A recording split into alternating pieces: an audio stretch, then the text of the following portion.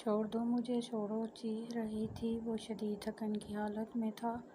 اور کیسے مزاج ہیں؟ بڑے دن بعد آنا ہوا۔ ببلی مسکراتے ہوئے حمزہ کی گہری سانس لیتے ہوئے مصروف تھا۔ ببلی ہنستے ہوئے، آج ساری تھکن اتار دوں گی، آپ حکم کریں صاحب۔ تنزیہ مسکرائی، کیسا مال دکھاؤں صاحب؟ بیزاری سے نظر ادھر ادھر گھماتے ہوئے نظر ٹھہر گئی۔ آبرو بیچ کر یہ کون ہے؟ ببلی برا سا منہ بناتے ہوئے، نیا مال ہے، آج ہی اٹھایا ہے، بہت چڑ کر رہی ہے، ماتھے پر بل بڑے چلا کر کہا، تم سے ایک لڑکی نہیں قابو ہو رہی؟ وہ مسلسل چیخ رہی تھی، خود کو چھڑوانے کی ناکام کوششیں۔ چھوڑو چھوڑو مجھے، درد ہو رہا ہے۔ دو موٹی موٹی ہونٹیں سختی سے جکڑے ہوئے تھپڑ وہ ہار نہیں مان رہی تھی، سخت ہاتھوں کی پکڑ میں نازک سی حیا بھرپور مذمت کر رہی تھی۔ ببلی بڑبڑاتے ہوئے، پچھواڑے صاحب چھوڑو اس کو، اوپر چلو، چکنا مال دکھاتی ہوں۔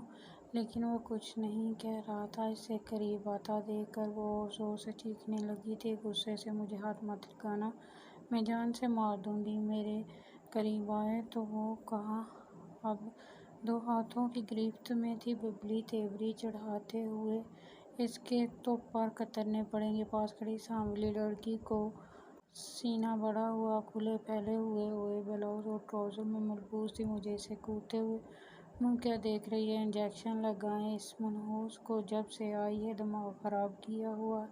حمزہ مسلسل اسے دیکھ رہا تھا، ہاتھوں کی پکڑ میں نازک سی خوبصورت بہت پیاری لڑکی سخت ہاتھوں کی پکڑ میں نازک سی حیا بھرپور مذمت کرتی رہی، لیکن وہ ہمت نہیں ہار رہی تھی۔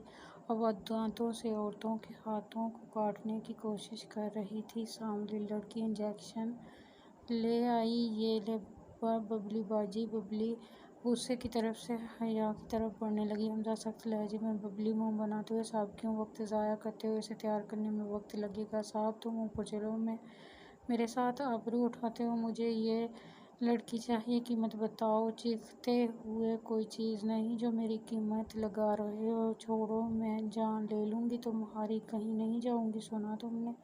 پھر سے خود کو چھڑوانے کی کوشش کی حمزہ سخت لہجے میں، چھوڑ دو اسے یہیں سے۔ عورتوں کے ہاتھ ڈھیلے ہوئے اور صاحب پر ببلی منہ بناتے ہوئے بولی، میں نے کہا قیمت بتاؤ اور اسے میرے حوالے کر دو۔ حیا کی طرف دیکھتے ہوئے، خود کو قابو کر لوں گا ببلی، حیا کو گھورتے ہوئے، جو خود کو چھڑوا کر کمرے کے کونے میں کھڑی تھی۔ دوپٹہ اتر چکا تھا۔ ٹھیک ہے صاحب، ایک رات کے 30,000 لوں گی۔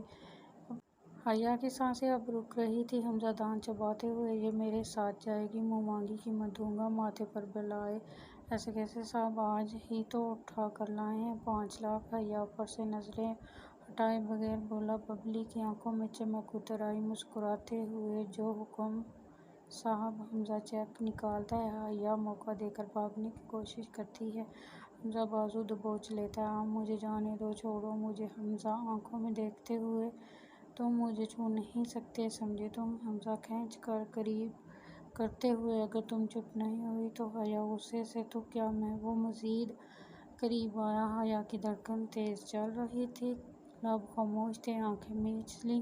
حمزہ قریب تھا اور اس پر حیا کی خوشبو اثر کر رہی تھی۔ وہ جلدی سے پیچھے ہٹا، ذرا اور اس کے اثر میں نہیں آنا چاہتا تھا۔ حمزہ اس کا ہاتھ کھینچتا ہوا باہر کی طرف لے جاتا ہے۔ ببلی مسکراتے ہوئے، صاحب دل بھر جائے گا تو واپس کر دینا، بہت کام کی چیز ہے۔ پھر حیا کو دیکھتے ہوئے تیکھا سا مسکرائی، ہمارے گاہکوں کو پسند آئے گی یہ دودھیا رنگ کی لڑکی۔ حمزہ دانت چباتے ہوئے، قیمت دے چکا ہوں، اب جو کرنا ہوگا میں خود کروں گا۔ زبردستی کھینچتے ہوئے گیٹ تک لایا، کار کا دروازہ کھول کر اندر دھکیلا، اور اب بھی وہ چیخ رہی تھی۔ فرنٹ سیٹ پر آیا، آ کر کار سٹارٹ کی۔ حیا کار کے دروازے کو کھولنے کی کوشش کر رہی تھی، پر ناکام، دروازہ لاک تھا۔ اب وہ مڑ کر حمزہ پر چیخنے لگی، میں مر جاؤں گی، پر تم مجھے ہاتھ نہیں لگا سکتے کبھی نہیں، سمجھے تم؟ ایک دم کار روکی۔ حمزہ زور سے حیا کا بازو کھینچ کر پاس کیا اور آنکھوں میں آنکھیں ڈال کر، مجھے کوئی شوق نہیں تمہیں چھونے کا؟ وہ آنکھوں کی تیش محسوس کر رہی تھی۔ اب چپ چاپ میری بات سنو۔ حیا سانس روکے اس کے جلا دینے والی آنکھوں میں دیکھ رہی تھی۔ میں آفیسر ہوں حمزہ، فیاض بیگ اور پاس کیا، اور میں نے تمہیں بچایا ہے، لفظ چبا کر کہا۔ خوشبو کا اثر پھر ہونے لگا تھا۔ وہ بازو چھوڑ کر پیچھے ہٹا۔ حیا حیران تھی، وہ کچھ کہنے کو تھی کہ موبائل بجا۔ حمزہ فون اٹھاتے ہوئے بولو علی ٹھیک ہے، ہم اور انتظار نہیں کر سکتے، گھیر لو چاروں طرف سے۔ آفیسر حمزہ فیاض بہت عرصے سے اس گینگ کے پیچھے تھا، وہ لڑکیوں کو اٹھاتے اور بیچتے تھے، وہ بھیس بدل کر اس گینگ میں شامل تھا، وہ اس کی جڑ تک پہنچنا چاہتا تھا۔ حیا بھی حیران تھی۔ حیا معصومیت سے تو تم مجھے نقصان نہیں پہنچاؤ گے نا؟ حمزہ اگنور کرتے ہوئے کار سٹارٹ کی، وہ کان میں لگے آلے پر بات کر رہا تھا۔ حیا باہر جانتے ہوئے یہ تو میرا گھر نہیں ہے، میرا ہے، کار کا دروازہ کھولتے ہوئے بولا۔ غصے سے مجھے گھر جانا ہے، اپنے گھر، لفظ چبا کر کہا۔ حمزہ جھنجھلاتے ہوئے کار کا دروازہ کھولا۔ تم کبھی چپ نہیں ہوتی، بازو کھینچتے ہوئے کار سے باہر نکالا اور بولا چپ چاپ چلو ورنہ واپس وہیں چھوڑ آؤں گا۔ وہ چلتا ہوا گھر میں داخل ہوا۔ حیا حیرانی سے دیکھ رہی تھی، وہ ایک بڑا شاندار بنگلہ تھا، ایسے گھر تو فلموں میں ہوتے ہیں نا؟ وہ حیران تھی۔ حمزہ نے اسے غور سے دیکھا، گہری آنکھیں، نازک لب، لمبے خوبصورت بال، وہ پری سے کم نہیں تھی کہ گہری سانس کے ساتھ ہاتھ چھوڑا، وہ بھی محل کو دیکھنے میں مصروف تھی۔ تمہیں مجھ سے نکاح کرنا ہوگا۔ وہ چونکی، کیا؟ ابرو اٹھاتے ہوئے قریب آیا۔ ہمارا نکاح ہوگا، لفظ چبا کر کہا۔ حیا ششدر رہ گئی تھی، وہ چلائی کبھی نہیں، سارے مرد ایک جیسے ہوتے ہیں نا؟ جھوٹ بول رہے ہیں۔ سانس تیز ہونے لگی۔ میں تم سے کبھی نکاح نہیں کروں گی، پہلے میری قیمت لگائی اور اب چھونے کا جائز طریقہ اختیار کرنا چاہتے ہو، ایسا کبھی نہیں کروں گی، میں مار ڈالوں گی خود کو۔ حمزہ غصے سے لال تھا۔ چپ۔ وہ آگے بڑھا۔ حیا دیوار سے لگ گئی، وہ بولنے کی کوشش کرتی ہے، وہ مزید قریب آ گیا، ایک لفظ بھی اور نہیں۔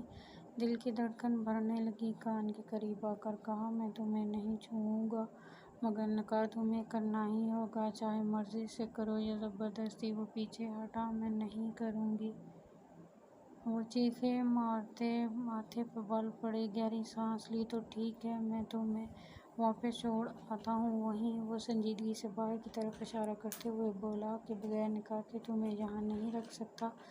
وہ سنجیدگی سے باہر کی طرف اشارہ کرتے ہوئے بولا۔ حیا کی سانس رک گئی۔ مجھے گھر جانا ہے اپنے۔ وہ تھکا ہوا تھا، آنکھیں لال تھیں۔ گھر نہیں جا سکتی، کوئی تمہیں قبول نہیں کرے گا۔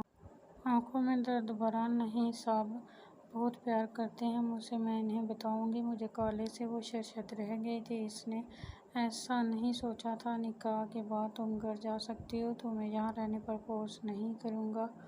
اب جانتے ہوئے وہ ہاتھ باندھتے ہوئے بلا رہا تھا، پھر اب مجھے ہاتھ بھی نہیں لگائیں گے نا؟ معصومیت سے پوچھا۔ آنکھوں میں آنسو تھے۔ وہ قریب آیا اور ہاتھ دیوار پر رکھا، سرگوشی کی، میں تمہیں ذرا سا بھی نہیں چھوؤں گا۔ اور وہ پیچھے ہٹ گیا تھا۔ بی اماں آواز دیتے ہوئے کچن کی جانب بڑھا۔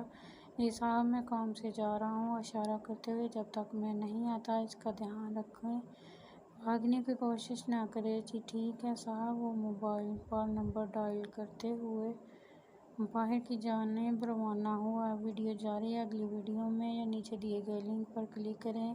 اگر آپ کو ویڈیو پسند آتی ہے تو لائک کے ساتھ ساتھ کمنٹ میں اپنی رائے کا اظہار ضرور کریں۔ شکریہ۔